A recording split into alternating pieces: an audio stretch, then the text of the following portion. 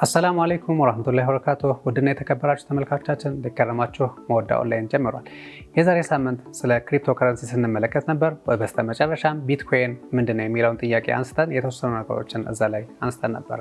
ቢትኮይን ለመጠቀም ዋሌት ያስፈልጋቸዋል። እንዲሁም ደግሞ ቢትኮይንን በሁለት አይነት መንገድ ማግኘት ይቻላል። ማይንድ በማድረግ ወይም ደግሞ በቁፋሮ ማግኘት እንችላለን። በአማርኛ ቀጥታ ትርጉሙ ስንወስደው ወይም ደግሞ ቢትኮይንን በኤክስቼንጅ በገንዘብ በመግዛት መገኘት ይችላል የሚለውን ለማየት ሞክረን ነበረ። ዛሬ በዋሌት ምንድነው፣ ምን አይነት ጥንቃቄዎች ያስፈልጉታል፣ ከየት ነው የምናገኘው የሚለውን እንመለከታለን። በስተመጨረሻም ደግሞ ማይኒንግ ላይ መስራት እንችላለን አንችልም፣ ያዋጣል አያዋጣም የሚለውን ለማየት እንሞክራለን። እስከ ፕሮግራሙ አብራችሁን ቆዩ።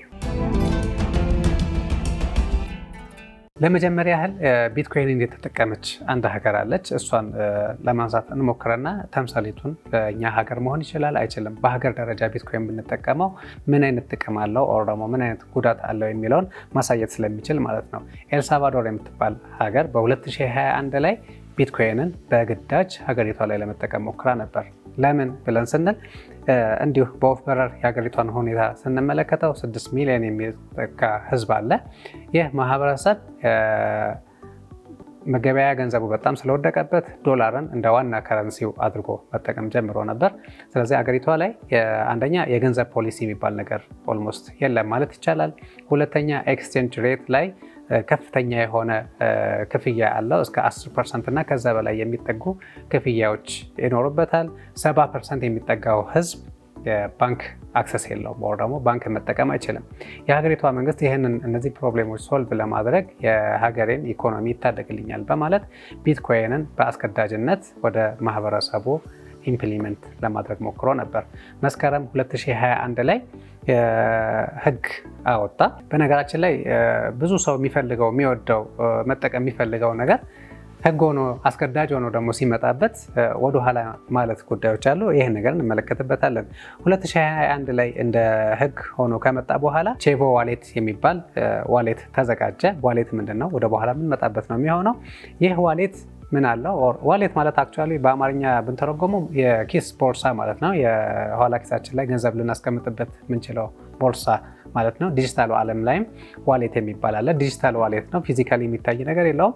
ሁለት ፕራይቬት እና ፐብሊክ ኪዎች አሉት። ፕራይቬት ኪው የኛ ፓስወርዳችን ነው። ፐብሊክ ኪው ደግሞ የቦርሳችን አድራሻ ማለት ነው። እና ይህን መንግስት ቼቮ ዋሌት የሚባል አዘጋጀና ማንኛውም ሰው ቼቮ ዋሌትን ክሬት ሲያደርግ $30 የሚመጥን በዛ ጊዜ በነበረው ቫሊዩ ማለት ነው $30 የሚመጥን የቢትኮይን አድ ይደረግለታል ማለት ነው።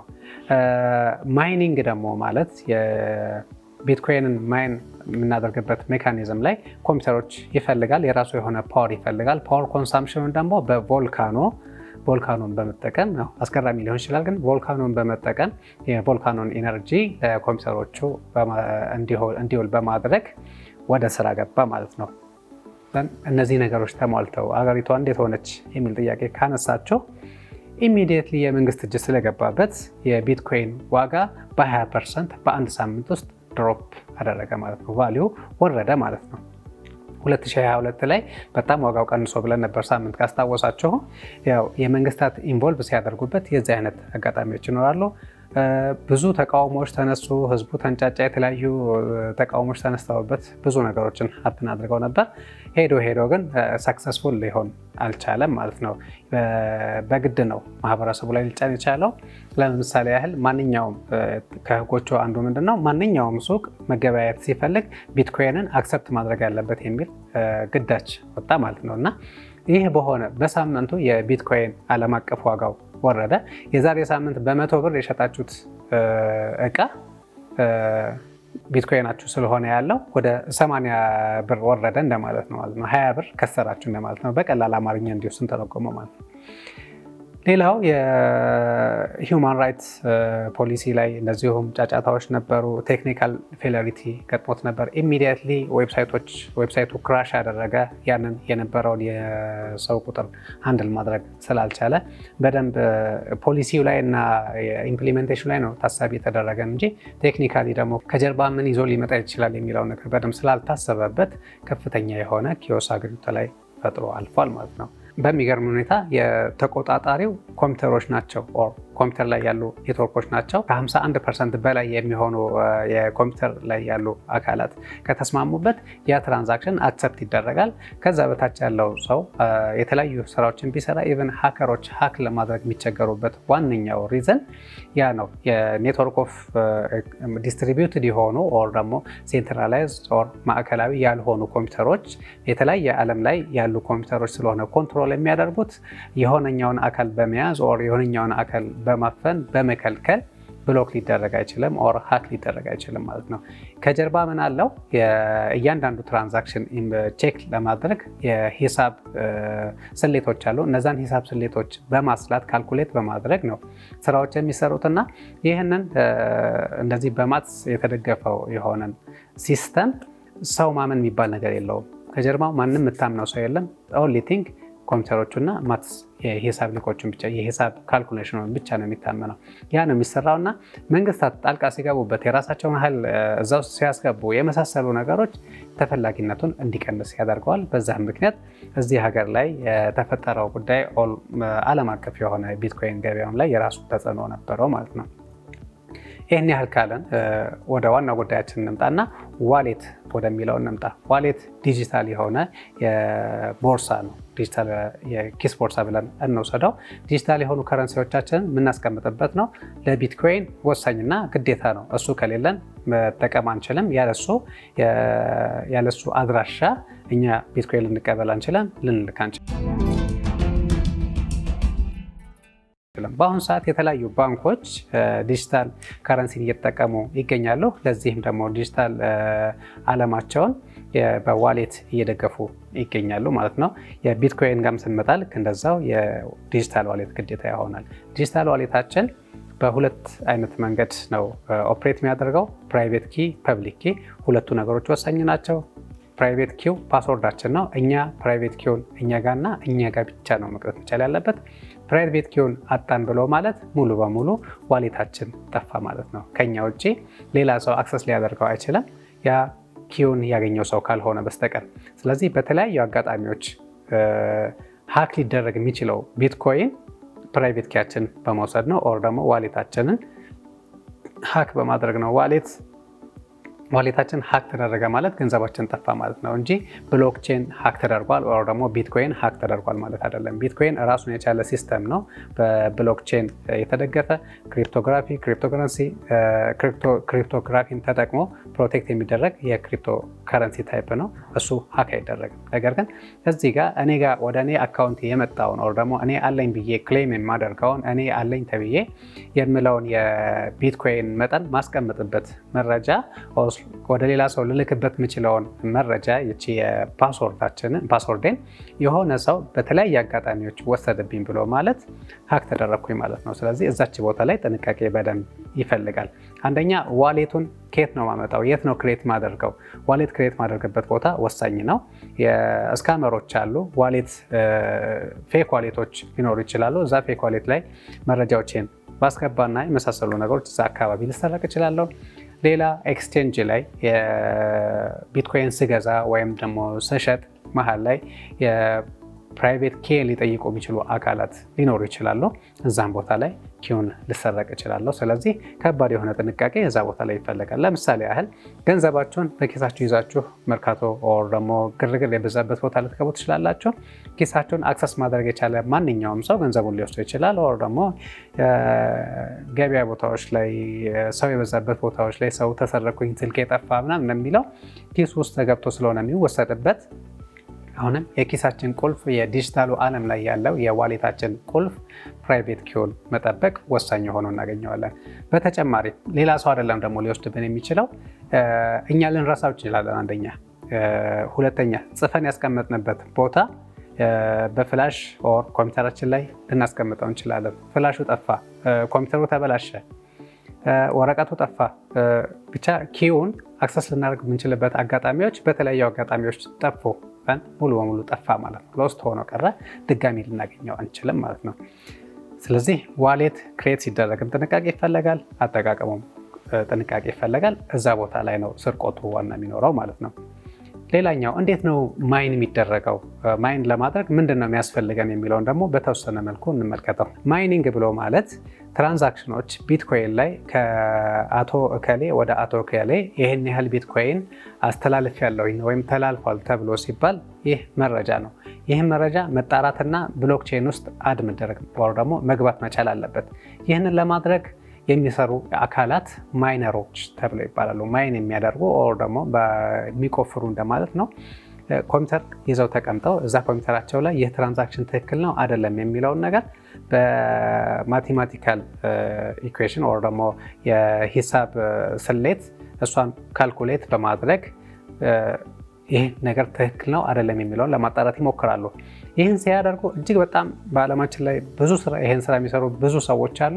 ይህን ስራ ሲሰሩ ይቆዩና ከተሳካላቸው ኦር ደግሞ የተሳካለት ሪዋርድ ያገኛል ማለት ነው። የተወሰነ ቢትኮይን ያገኛል። አሁን ላይ 3.125 ቢትኮይን ይመስለኛል አንድ ትራንዛክሽን አድ ለማድረግ የሚከፈለው ክፍያ። ስለዚህ እንዲሁ ለምሳሌ ያህል 2009 ላይ ኖርማል ቤዚክ ላፕቶፕ ይህን ካልኩሌሽን መስራት ይችል ነበረ። ምክንያቱም ገና መጀመሪያ ነበር የነበረው። አንድ ብሎክቼን ክሬት ተደረገና ከዛ በኋላ ያሉ ብሎኮችን ትራንዛክሽን ቼክ እያደረገ አድ ማድረግ የመጀመሪያ ስቴፕ ስለነበር ቀላል ነበር።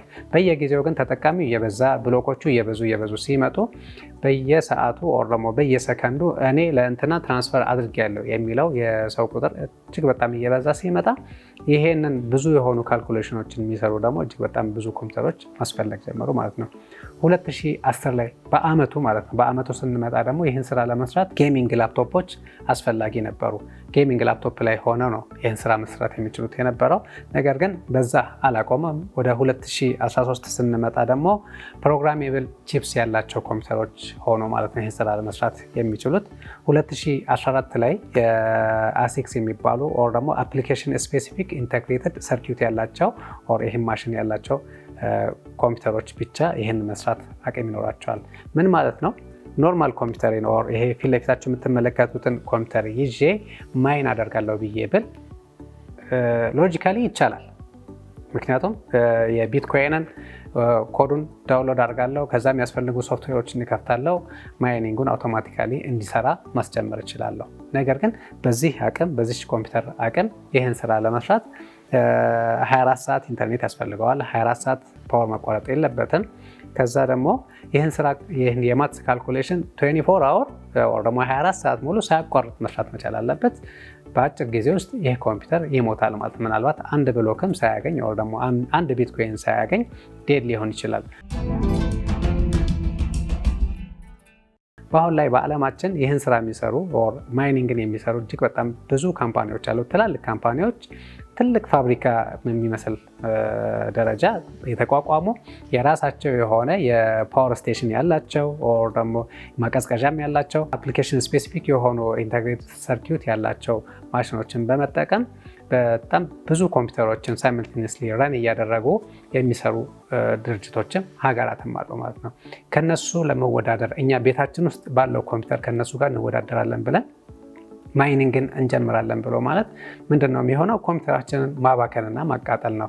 በትንሹ የምናወጣው የኤሌክትሪክ እና የኢንተርኔት ዋጋ ያንን ነገር ሊመልሰው አይችልም። ልናገኝ የምንችለውን የቢትኮይን ቫሊዩ እሱን ሊመልስልን አይችልም።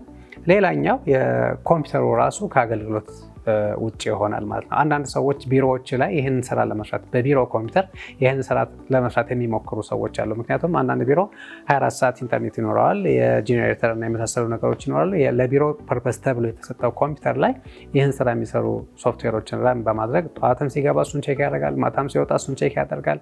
እሱም ቢዚ ይሆናል፣ ኮምፒውተሩም ቢዚ ይሆናል። በተወሰነ ዓመት ላይ ኮምፒውተሩ ከአገልግሎት መስጫ ክልል ውጭ ይሆናል ማለት ነው። ይህ እንዳይሆን ኦልሞስት ማይኒንግን በግለሰብ ደረጃ የሚታሰብ ሳይሆን በትላልቅ ደረጃ ሊታሰብና ሊሰራ የሚችል ፕሮሰስ ነው። እንድትሞክሩት ወር ደግሞ እዛ ላይ እንድትገቡ ሪኮመንድ አላደርግም። ማይኒንግ ኦልሞስት በግለሰብ ደረጃ ቫሊዩ የሌለው ነገር ሆኖ እናገኘዋለን። በትልቁ የሚሰራ ስራ ስለሆነ ማለት ነው። ሌላው ቺቲንግ ደግሞ አለው። ቺቲንግ ብሎ ማለት ሀክ መደረግ። ሀክ የምትደረጉት በተለያየ መንገድ ነው። አንድ ሰው የእናንተ መረጃ ሀክ ሊያደርግ የሚችልባቸው አጋጣሚዎች ብዙ ከመሆናቸው የተነሳ ከቢትኮይን ጋር ደግሞ የተያያዘ የሀኪንግ ሲስተም ምንድን ነው? ከሌ የሚባል ካምፓኒ አይስላንድ ላይ ኦር ሰምዌር የሆነ ሀገር ላይ ያለ ካምፓኒ የዚህ ያህል ኮምፒውተሮችን አዘጋጅቶ ማይኒንግ እየሰራ ይገኛል። ይህ ካምፓኒ ምንድን ነው የሚያደርገው? ለነዚህ ላስቀመጣቸው ኮምፒውተሮችና ማሽኖች ሼር በመሸጥ ሼሩን በመግዛት እናንተ ሼሩን ትገዛላችሁ። ከዛ ማይን ከሚደረገው ኦር ደግሞ ጀነሬት ከሚደረገው የቢትኮይን ላይ ሼር ይኖራችኋል። እናንተ ባስቀመጣችሁት በገዛችሁት የማሽን ቁጥር ልክ እናንተ ገቢ ታገኛላችሁ። ስለዚህ ምን ትጠብቃላችሁ? በአመቱ 10% ትርፍ ይመልሳላችኋል። በዚህ ጊዜ ይህን ያህል ትርፍ ያመጣል የሚል ማስታወቂያ በደንብ ይነገራል ማለት ነው። ሶሻል ሚዲያው ላይ፣ ዩቲዩብ ላይ የመሳሰሉ ነገሮች ላይ በደንብ ይታወቅበታል። ሰዎች እዛ ካምፓኒ ላይ ሬጂስተር ያደርጋሉ። ሬጂስተር ሲያደርጉ ማሽንን መግዛት ስላለባቸው ለገዙት ማሽን ክፍያ ይከፍላሉ። ያ ድርጅት በተባለው ጊዜ ውስጥ ያገኘውን የሰበሰበውን ቢትኮይን ለሰው ይመልሳል አይመልስም? ማንም አያውቀው። እንዲህ አይነት ሲስተሞች ምን ተብለው ይጠራሉ? ስካም ይባላሉ። የመሬት ላይ ኤግዚስት ያላደረገን ነገር አድርጓል ብሎ ለሰው አስመስሎ በማቅረብ ከሰው ገንዘብ መሰብሰብ ማለት ነው። በአሁኑ ሰዓት ከተማችን ላይ ማና የምናያቸው ከሪል ስቴት ጋር በተያያዙ እንዲህ አይነት ግንባታዎች አሉን፣ እንትን ነገሮች አሉን። ኦር ደግሞ ከአክሲዮኖች ጋር በተያያዙ የምናያቸው የስርቆት ታይፖች እዚህም ላይ በጣም እጅግ በጣም የተለመደና ገንዘባቸውን በቀላሉ የወሰደባቸው የሆነ የስካም ታይፕ ነው። እጅግ በጣም ጥንቃቄ ይፈልጋል። ማይኒንግ በግለሰብ ደረጃ አይሰራም። ማይኒንግ የሚሰሩ ካምፓኒዎች አሉ።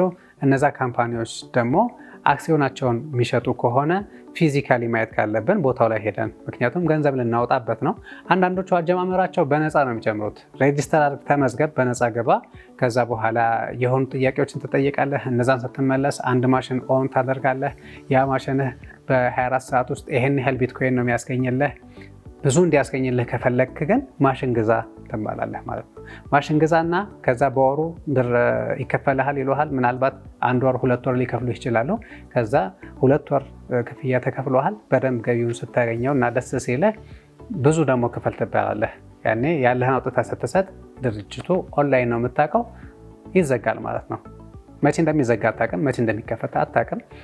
ጥንቃቄ እጅግ በጣም የሚፈልግ ፓርት ነው።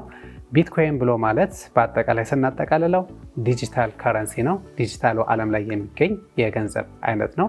መገበያየነቱ በአብዛኛው የዓለማችን ብዙ ሕዝብ ተቀብሎት እየተገበያየበት ይገኛል። ዋጋው ከጊዜ ወደ ጊዜ ይለዋወጣል። ቋሚ የሆነ የቫልዩ የለውም። የሆነ ጊዜ ይጨምራል፣ የሆነ ጊዜ ይቀንሳል። ዋጋው ሊጨምር ሊቀንስ የሚችልበት ምክንያቶች የመንግስታት ኢንቮልቭመንት፣ የተለያዩ ተጽዕኖ ፈጣሪ ግለሰቦች ሶሻል ሚዲያ ላይ የሚለቋቸው መረጃዎች፣ ኤሎን መስክን ስንመለከተው ክሪፕቶ ከረንሲ ከተጠቃሚዎች አንዱ ነው። እሱ የሚያወጣቸው መረጃዎች፣ ትዊት የሚያደርጋቸው መረጃዎች የራሱ የሆነ ቫሊዎች ወር ደግሞ ኢምፓክቶች አሉት። ቫሊዩን ሊጨምረው ሊቀንሰው ይችላል። እኛ እዚህ ነገር ላይ ኢንቮልቭ እናድርግ፣ ቢትኮይንን እንግዛ፣ እንሽጥ፣ ማይን እናድርግ። ማይን ማድረጉ በግለሰብ ደረጃ የሚሞከር የሚታሰብም አይደለም። ይህን ስራ የሚሰሩ ካምፓኒዎች፣ ትላልቅ ካምፓኒዎች በዓለም አቀፍ ደረጃ አሉ። እነሱ ጋር ኢንቮልቭ እናድርግ። ምናልባት እንደ ሪስክ ያለው ኢንቨስትመንት ነው። በትክክል ጥናቱን ያጠና ሰው ካለ ሊገባበት ይችላል። ነገር ግን በሰዎች ስፔሻሊ ደግሞ እንትን የሚባል ካምፓኒ አለ ግዙት፣ ግቡ፣ ውጡ የሚሉ መረጃዎችን ብቻ በመንተራስ ወደዛ በፍጹም እንዳትገቡ ሪኮመንድ አደርጋለሁኝ። ቢትኮይንን ልግዛ ከዛ በኋላ ሲወደድ ልሽጠው፣ ይሄም ሪስኩ በጣም ከፍተኛ ነው። መቼ እንደሚጨምር መቼ እንደሚቀንስ አይታወቅም። ቢትኮይን ይህን ይመስላል። ዲጂታል ከረንሲን በአጠቃላይ ለማየት ስንሞክር ይህን የመሰለ ገጽታና ባህሪ ያለው። በነገራችን ላይ ዲጂታል ከረንሲ ቢትኮይን ብቻ አይደለም። ኦልሞስት ወደ 20 ሺህ የሚጠጉ ታይፖች አሉ። የተለያዩ ታይፖች ናቸው ያሉት። ከነዛ ውስጥ እሱን ለመጠቀምም ለመተውም እውቀት ወሳኝ ነው። በደንብ መጠቀም እፈልጋለሁ ብሎ የሚያስብ ሰው ካለ አሁን የሰጠሁት መረጃ እንዲሁ አጠቃላይ መረጃ ስለሆነ በቂ የሆነ መረጃ ከተለያዩ አካላት እንዲሁ ከሚመለከታቸውም አካላት በደንብ በመውሰድ እና ዲፕ የሆነ ኖሌጅ በመያዝ መሞከር የፈለገ መሞከር ይችላል። ካልሆነ ግን በወፍ በረር በተለያዩ መረጃዎች ብቻ በመነሳት ቢትኮይንን መጠቀም ኦር ዲጂታል ከረንሲ መጠቀም ከጥቅሙ ጉዳቱ ያመዝናል እላለሁ። ለዛሬው እዚህ ላይ ይበቃናል። ወሰላሙ አለይኩም ወራህመቱላሂ ወበረካቱ።